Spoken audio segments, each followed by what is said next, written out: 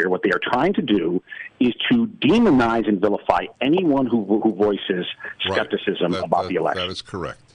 And that whereas is if you voice skepticism about Donald Trump's election, you wrote for the New York Times. Exactly, right. And so they're trying to go even, I would say, even further than just demonize. I think they're trying to go to the point of criminalize, right? You will not question these election results. I really believe that's how significant this is. So, in other words, and if you've noticed in the House manager's presentation, they keep using that phrase over and over, the big lie. And they clearly want this fantasy that no reasonable person can have suspicions about the election. They want this fantasy to become the prevailing orthodoxy, and to speak against it makes you into a then, quote, terrorist, another phrase they're using a lot, right? Because you are directly responsible for violence if you have suspicions about the election.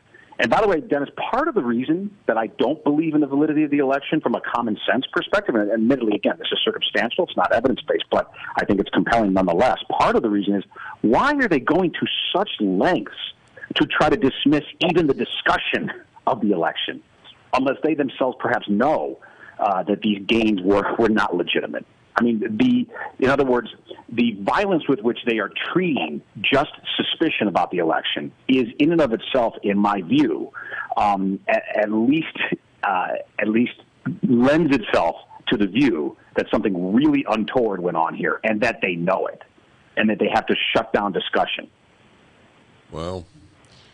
Well, it is unprecedented where a discussion is shut down and virtually criminalized. People who said that 9/11 was a fantasy, it was a cockamamie nonsense, it's just dismissed as cockamamie nonsense. They're not declared the public enemy of the country.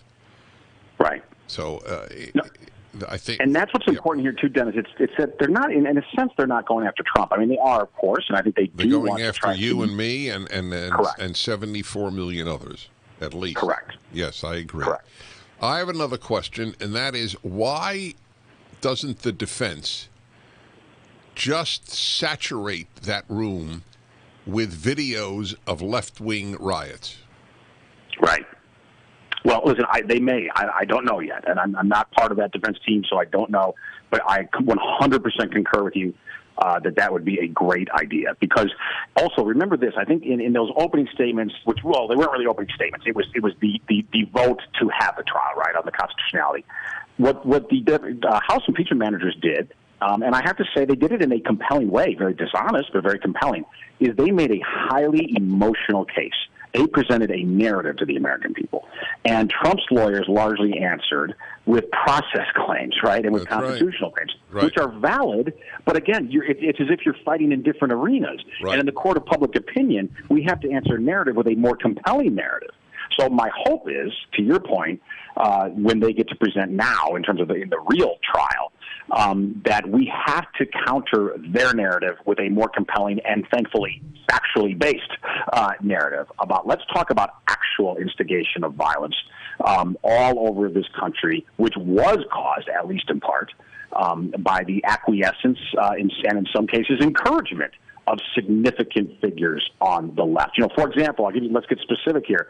I did a lot of TV when I was at CNN with Chris Cuomo, and he and I sparred all the time, largely over Antifa. He told me on the air, the listeners can hear the tape, he said Antifa is a good cause. Now, he claimed it got carried away at times, but it's a good cause. Of course, I pushed it, but no, it is not a good cause, right? It is about political power through force.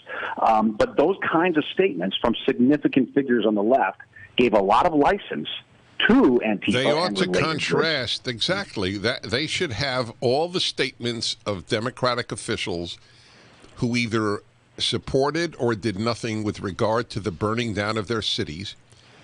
They should contrast that to the instant condemnation of every leading Republican of what happened on January 6th. Right.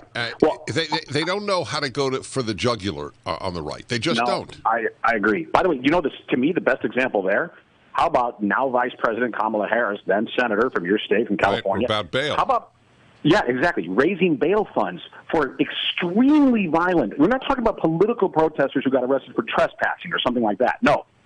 for literally one of them, Jamil, gosh, I'm forgetting his last name, but one of them arrested for attempted murder of police, freed by the Minnesota Freedom Fund, so-called, which she actively solicited funds for publicly on her Twitter account, and which at least a dozen Joe Biden staffers contributed toward. I mean, you want to talk about condoning political violence and the riots in Minnesota. They directly did it, not even indirectly, not in a roundabout way. They actually said, we will pay to get you out of jail after you violently assault the city, including trying to kill cops. Well, you're, as usual, you're a sobering, you're a combination of passion and sobriety. I love it. So that's a good combo, right? All right. Looking forward to that cigar with you. Wonderful. Thank you, Dennis. Thank you very much. Steve Cortes, a colleague of mine on AM 560 in Chicago. The Wind.